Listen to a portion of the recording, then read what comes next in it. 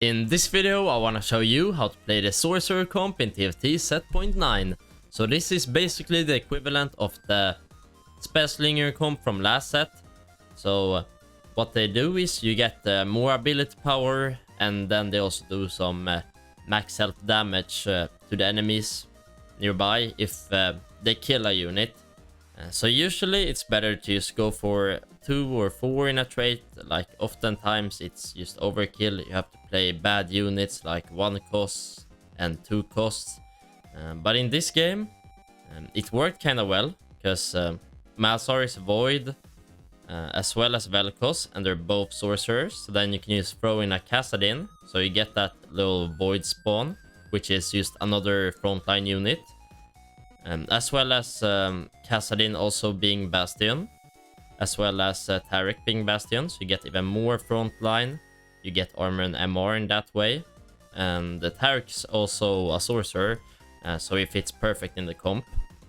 Because what you really need once you play this comp is you need to have some kind of frontline, of course, for the, damage dealers to stay alive and kill the enemies. And the reason why I have Yorvan here is because you got Strategist, and I also got, a Demacia emblem, so you don't have to play Yorvan. It's more, I had to build an emblem and I got Demacia, so it fit very well. But this unit is, it can be something else, it doesn't have to be exactly this comp. And I also played Swain here with these items. I think they were really good on him. Can you, because Spark removes their MR, so we do more AP. And oh, I was removed in. Nice. And then I built, a Sunfire and a Bloodthirster. And the Sunfire, obviously you need some anti-heal, and that's gonna do the job. And he also has, the ult from League, so he shoots enemies around him with the little, what's he called? Not birds. You get the deal. So he has like an aura effect, and those 2 aura effects work well with, his ability. So he always damage units around him. And the last item I built, it was a Bloodthirster on him, because with his ability he also gets more HP. And as you know, Bloodthirster, the shield scales with their max HP. So he got that, extra shield, as well as him just doing damage from Sunfire and Spark. And of course his ability with the 6 sorcerer actually does quite a bit of damage. So he gets the Omnivamp heals up. So it's just a very nice tank there. So yeah, let's get straight into the video, guys. So this was a Targon start with the portal. So if you like loose streaking, going to low HP, this start's gonna be it for you. So if you like that playstyle, where you use the risk your HP for, a bigger cash out, like if you play Piltover, it's perfect, because then when you hit 40 HP, you get a gift. Maybe you can come back a bit harder. But yeah, we're actually getting a lot of sorcerers already. We got almost a 2-star Swain right here. If we're looking at our items, that's half a Spark, half a Sunfire. So that's what I'm kind of looking for, because those items are always going to be good. So Deadeye Crown, I like Deadeye a lot, but it's not the game for it, because we have AP items and tank items. Not really it. And we don't have those units, so it didn't make sense going for that. Instead, I'm just going for March of Progress. You get 10 HP or 10 XP, and then you get XP for your level. So if you're level 4, you get 4 XP each return. So I'm never gonna be able to buy HP. I just get XP for free every round. So this augment is actually so broken, because you never have to spend any gold on your leveling up. So you just level up for free, and then use all the gold to just upgrade your board and to reroll.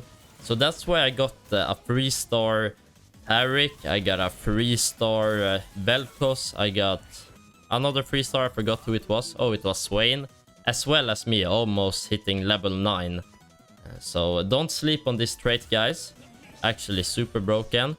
So I'm just gonna put in 4 sorcerer, and then I'm just gonna play a random you know, 2-star Viego for a bit more frontline. Obviously, he's not a tank, but he's a, what's it called, 2-star. So he's gonna have a lot of HP, as well as he does AP damage, I believe. So it works with the, you know, Spark having their MR reduced.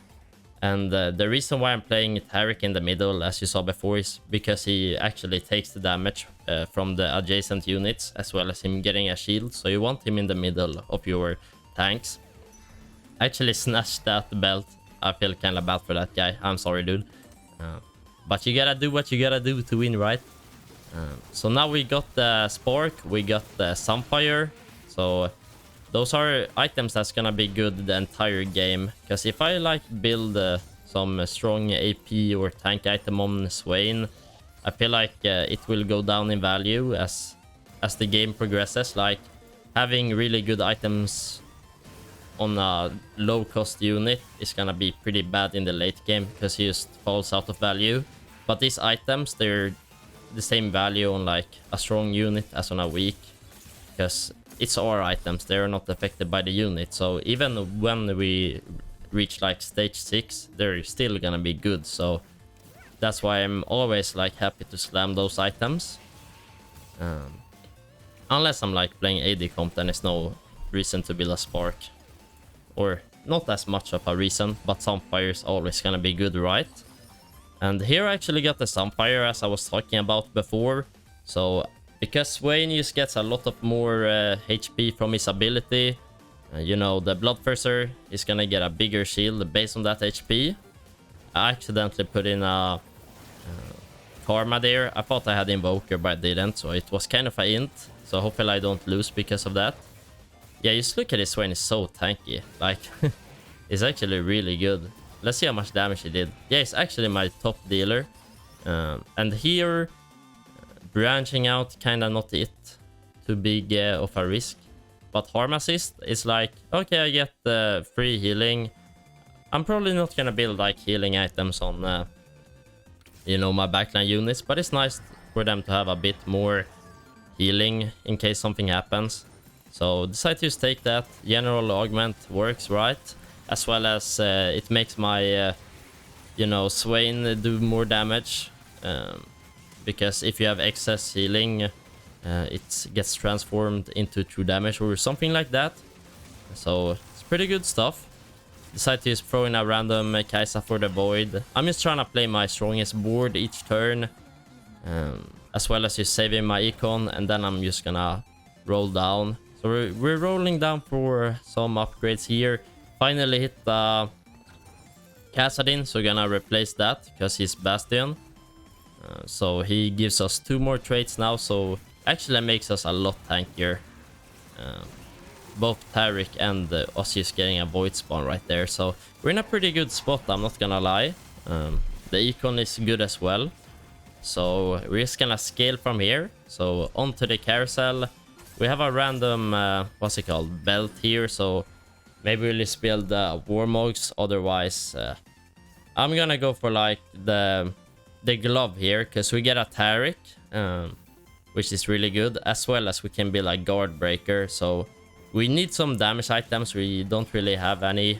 So decide to just go for the guard breaker. It's really the only damage item you can build from a belt if you're playing AP, right? So that's what we're going for.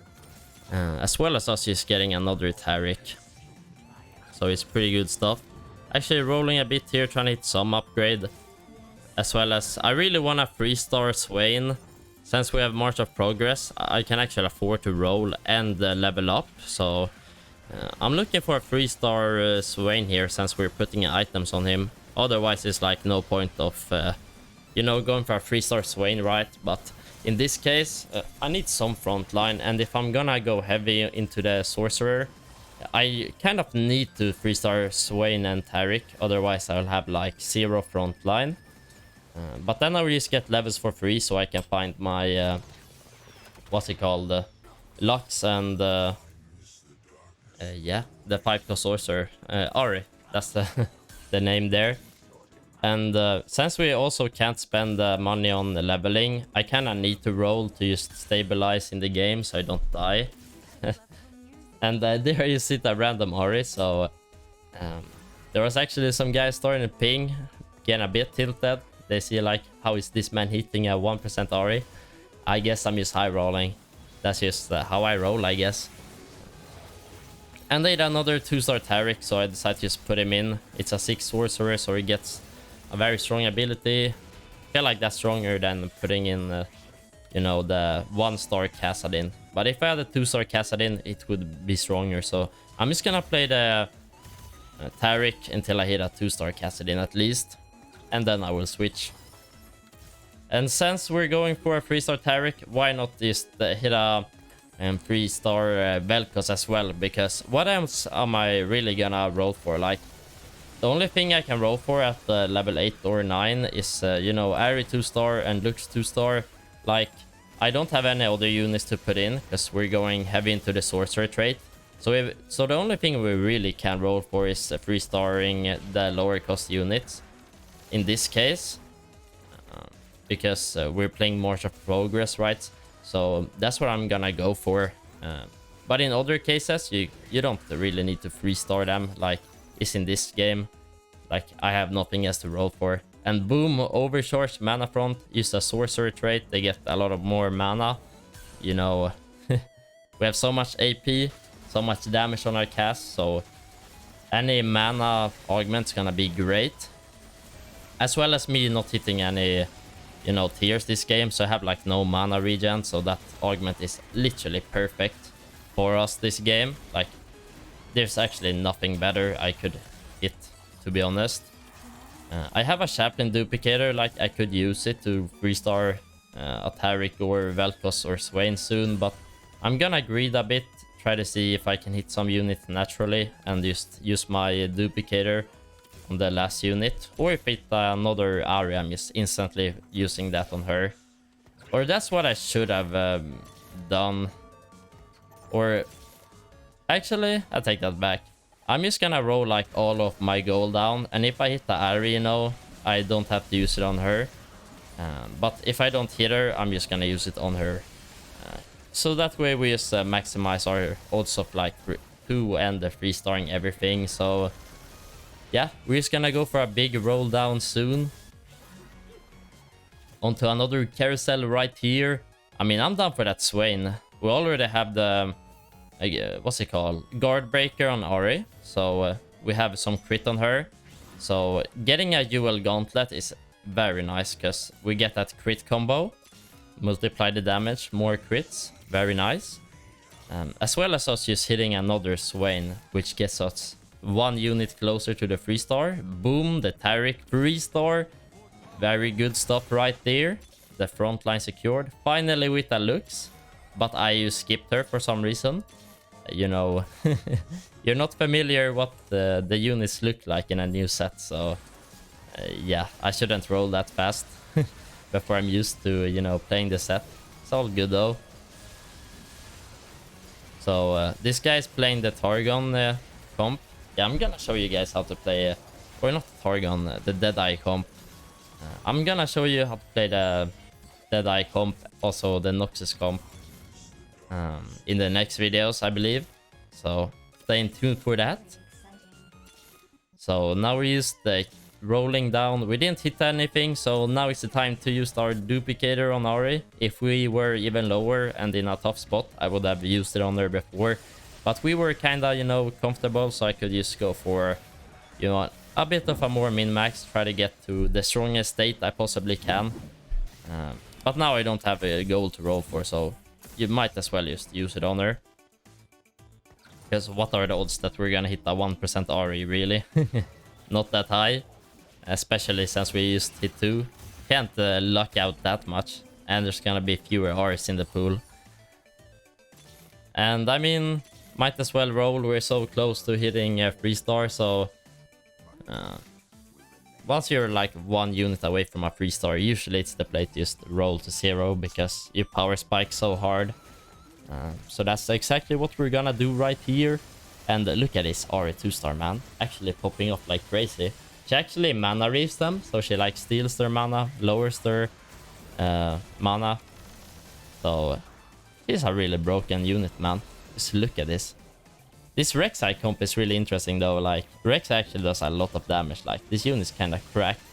So I want to see if like that's gonna be an actual carry this set, or oh, by the way, look at our damage. Holy.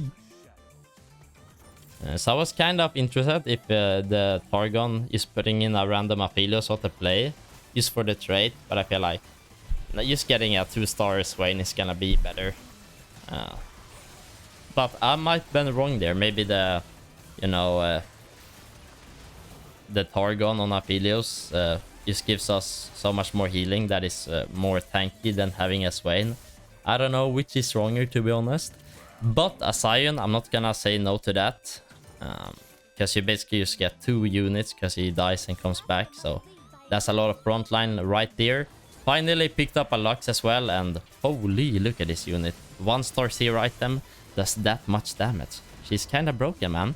Just wait to the 2-star and wait till we get some items on her. And you will see what that unit is capable of doing. She already now does like freaky damage. So yeah, pretty good stuff right there. Onto the carousel. What do we want? I mean, any AP item for Lux is gonna be good. I'm not gonna rat with a Zephyr. Nah, I'll leave that to some other guy. I mean, Archangels, it's kind of a waste once you're playing Sorcerer, because you already get a lot of base AP. So it's better with like your Gauntlet, because it scales with your AP. But I mean, I really didn't have much other choice. I get some starting mana shows, so she instant casts. And it's not like it's bad getting more AP, right? It's not hurting me. But it's mainly the starting mana, which is actually the best thing here. Just insta casts. Pretty good stuff, to be honest. So let's see. What are we getting here? I didn't really know like what the last unit to put in at 8, so I decided to just go for the Jarvan. I mean, 4-cost frontline unit, stuns them, gives us more time and tankiness, as well as us just gain strategist, more HP for the front, where they get a shield, and the back units to get more AP. So, I mean, pretty good trade to just slam in if you can. You also get a good unit, right? So, pretty good like to just put in one strategy sometime. And now we got that Targonian Blessing. So it's actually pretty perfect items we got here. It looks kind of wacky, but that spatula is actually a Demacia spat with the cloak. So we actually get the Demacia. So you get a radiant item for Lux. Pretty good stuff. And you also get we also got the Thieves Gloves right there. We got a 3-star what's it called? Taric. So now we get 2 items on him. So pretty good stuff, to be honest. And there I'm just gonna take the blue buff because yeah, we really just want to get another item on Lux. And the blue buff's gonna do the job for sure. Aatrox doesn't really make sense to play him. Finally got the Lux 2-star. Kinda low roll the item with the Morello, because she only attacks 1 unit, so the burn is kinda pointless. And we already have a Sunfire. But I'm not gonna complain about low rolling this game. I'm high rolling out of my mind, to be honest. So yeah, by the way, yeah, just look at his looks, man. Holy. So the Morello was pretty good on that Nasus tank though, with the Warmogs just burning through him. Yeah, this looks is kind of crazy. She does like more damage than the 2-star Ari, to be honest. I don't know how that works, but I guess Lux is better than Ori. He doesn't mana reave though, but in sheer damage, like Lux does more. Now we got a good item on her though. We got that Hextech Gunblade. By the way, thank you guys so much for watching. If you're new to the channel, be sure to subscribe for more TFT Set 9 content and leave a like. I appreciate it and it helps me out. Peace out, everybody.